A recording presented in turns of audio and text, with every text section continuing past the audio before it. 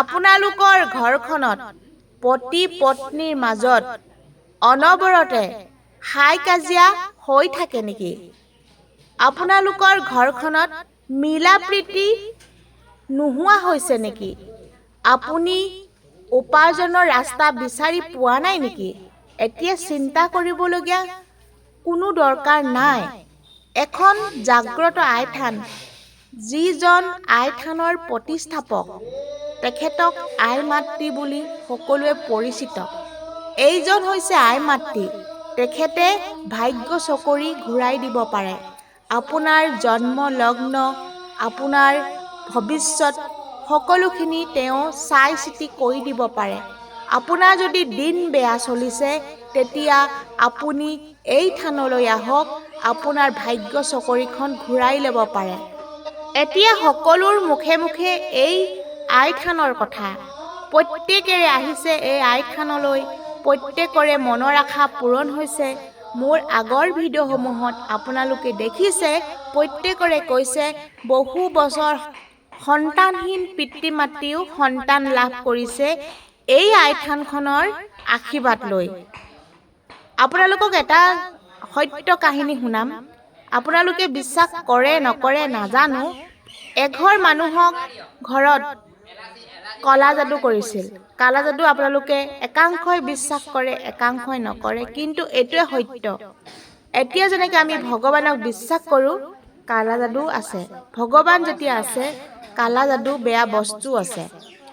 এঘৰ মানুহৰ ঘৰত গোটেই ঘৰখন বাহিৰা বস্তু লাগি ঘৰখন জ্বলি গৈছিল। সেই জ্বলি যোৱা ঘৰখনত কোনো বেজ বেজালিয়ে ভাল কৰিব পৰা নাছিল। এই আই মাতৃয়ে সেই ঘৰখন সম্পূৰ্ণৰূপে ভাল কৰি দিলে। আৰু তেখেতে আহিছে এই থানত আশীৰ্বাদ লৈছে, আৰু তেখেতে মনৰ আশা পূৰণ হৈছে।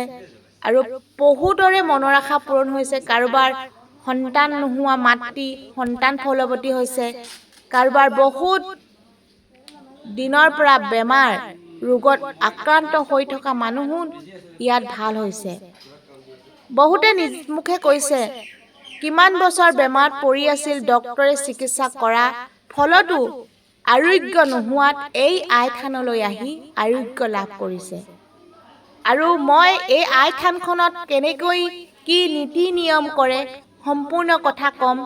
মোৰ যিটো আপোনালোকে ইউটিউব চেনেল চাই আছে, সেই ইউটিউব চেনেলৰ যিটো ছাবস্ক্ৰাইব, সেই ছাবস্ক্ৰাইব কিনাৰতে জইন বুটাম এটা আছে। সেই জইন বুটামটোত টিপি আপোনালোকে জইন হৈ ল'ব পাৰে। যদিহে আপোনালোকে বিশ্বাস কৰে, তেতিয়া সেই জইন বুটাম টিপি লোৱাৰ পিছত সেই যিখিনি জইন বুটামত ভিডিঅ'সমূহ যায়, সেই ভিডিঅ'সমূহখিনি আপোনালোকে পাব। তেতিয়া আপোনালোকে সেই থানখনৰ যিখিনি মহিমা, সেই মহিমাখিনি আপোনালোকে শুনিবলৈ পাব, তাত ভিডিঅ' পাব, আৰু আপোনালোকে আশীৰ্বাদ ল'ব পাৰিব, আৰু সদায় সেই আই থানখনৰ দৰ্শন কৰিব পাৰিব। তেতিয়া আপোনালোকে ঘৰত থাকিও দৰ্শন কৰিও তেতিয়া আপোনালোকৰ মনৰ আশা পূৰ্ণ হ'ব। বিশ্বাসেই মিলয় হৰি। আপোনালোকে যদি বিশ্বাস কৰে, মনৰ আশা পূৰণ হ'ব। এয়া শুনক তেখেতে কেনেকৈ আশীৰ্বাদ দিছে সেই ভুক্তভোগী ঘৰখনক। আপোনালোকে শুনি লওক তেখেতে কেনেকৈ ভাল কৰিছে। এয়া শুনক। কৰিব লাগে বুলি তেওঁলোকে আজি এই মহিমা মণ্ডিতা আই থানত উপস্থিত হৈছেহি। আৰু তেওঁলোকৰ সেই কৰ্মৰ হোৱাৰ পাছতে আজি কিছুদিনৰ আগতে আগৰ পৰা আগতে ঘৰত এটা গীত পেলাই থৈ গৈছিলে। সেইটো সময়তে আকৌ এই মহিমা মণ্ডিতা আই থানলৈ তেওঁলোকে ফোন কৰিছিলে। ইয়াৰ পৰা নীতি নিয়ম কৰি সেই দ্বীপটো গঙাত উঠুৱাবলৈ দিয়া হ'ল। তাৰ পাছতে ভিতৰতে কষ্ট চুলি নানা ধৰণে ওলাইছিলে। আকৌ সেই একে কাৰ্য হ'ব বুলি তেওঁলোকে ঘৰতে এই মহিমা মণ্ডিতা আই থানলৈ ফোন কৰিলে। মই ফোনৰ দ্বাৰাই তাক নিয়ম কৰি সেই দিনটো আৰু বস্তুখিনি উঠুৱাই দিবলৈ আজ্ঞা দিলোঁ। তাৰ পাছতে আহি এই মহিমা মণ্ডিতা আই থান 33 কোটি দেৱৰ 33 প্ৰকাৰৰ দেৱতাৰ ভগৱন্তৰ মহান স্থানলৈ আৰু 33 প্ৰকাৰৰ আই মাতৃ মহিমা মণ্ডিতা আই থানত তেওঁলোকে উপস্থিত হৈছেহি। যোৱাকালি আহি আজি এভাগি শৰাই অৰ্পণ কৰি তেওঁলোকে সপৰিয়ালে আজি এভাগি সেৱা ধৰিছে। এই সেৱা ভাগি সম্পূৰ্ণ ফলভাগী কৰিব লাগে। কোনো নৰমনীশ্বৰ যদি কুকুৰ বিদ্যাৰ কিবাৰ তন্ত্ৰ মন্ত্ৰৰ কিবাৰ প্ৰয়োগ হৈছিলে সেইখিনি ভগৱতী মাতৃয়ে শংখ চক্ৰ গদা পদ্ম ধৰি দুষ্ট নৰক দমন কৰি শান্তজনক পালন কৰি তেওঁলোকৰ উদ্ধাৰ কৰিব লাগে। আৰু যিটো দ্বীপ আগত পেলাই দিছিলে সেই দ্বীপটোৰ মই ইয়াৰ পৰাই নীতি নিয়ম কৰি পেলাইছিলোঁ। সেই দ্বীপটোতো যদি কিবাৰ উপচক্ৰ দিছিলে যিখন নদীত যি ঠাইত পেলাবলৈ দিছিলোঁ তাত তেওঁ গাস কৰিব লাগে মন্ত্ৰ। আজি মহিমা মণ্ডিত আইথানত ভগৱতী মাতৃৰ চৰণত সেৱা ধৰিছোঁ। তেওঁলোকৰ মংগল হওক, তেওঁলোকৰ প্ৰতি প্ৰসন্ন হওক, আজি সেৱা সফল হওক তাৰ কামনা কৰিছোঁ। নমো নমো নাৰায়ণ প্ৰসন্ন হৰিক হৰি কৰিউক মায়াক নিৰ্যান আপোনাৰ মহিমা আপুনি বেকন কৰি জীৱক কৰা পৰিত্ৰাণ। জীৱক পৰিত্ৰাণ কৰি আছে। চাৰি বেদ শুদ্ধ শাস্ত্ৰ অৰ্থ পুৰাণ তন্ত্ৰ মন্ত্ৰ শাস্ত্ৰ চয়নিকা ৰাগিনীৰ ভিতৰত যদি কিবাৰ প্ৰয়োগ হৈছিলে সেইখিনি ভগৱন্তই আই মাতৃয়ে ইয়াৰ পৰা সকলো ধ্বংস কৰিব লাগে। আৰু লগতে তেওঁলোকে সুদূৰ দূৰণিৰ পৰা আহি এভাগী সেৱা লৈছে। তেওঁলোকৰ পিয়া পিতৃ অপুত্ৰ পুত্ৰ কন্যা কন্যা নিধনী ধন অজ্ঞানী জ্ঞান যিদৰে দিছে তেওঁলোকৰ মনোহৰ বাঞ্ছিত পূৰণ হ'ব লাগে। আৰু যি বেমাৰ আজাৰ মাৰিমক উপচক্ৰ হৈ আছে সেইখিনি দূৰ হ'ব লাগে।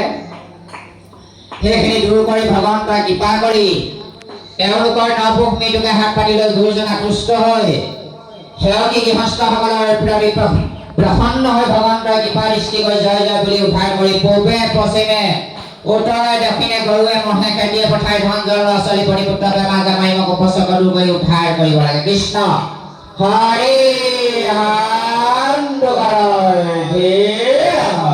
কৃষ্ণ কৃষ্ণ কৃষ্ণ হৰি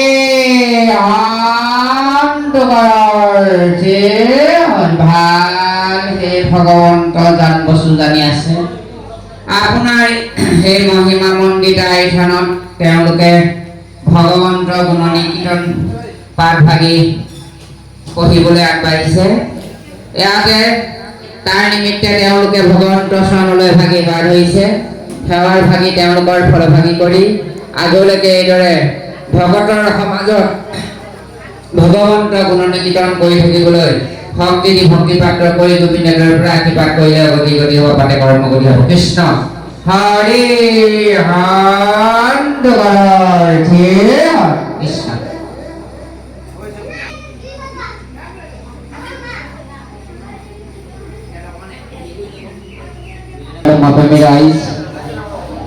দুই নাম হেলিকপ্টাৰ এই ডেকাৰাণী মহিমা মণ্ডিত আইথানত আজি দিন যোৱা কাৰ্যসূচী। এতিয়া আমাৰ ভকত বৈষ্ণৱসকল পাঠত বহিছে। তাৰ পাছতে আমাৰ নাম হ'ব। দিন যোৱা কাৰ্যসূচী নাম হ'ব, সমজোৱাৰ দিহা নাম হ'ব। আৰু নিশা কাৰ্যসূচীলৈ আপোনালোকৰ আগত প্ৰদৰ্শন কৰিবলৈ আগবাঢ়ি গৈ আছো কুৰ্মৰ অৱতাৰ এই মহাপুৰুষা নাথ ভাগি আপোনালোকে উপভোগ কৰি আই মাতৃক তথা সহায় সহানুভূতি আৰু হৰিয়া পৰামৰ্শ দিব বুলি মই আশা ৰাখিলো।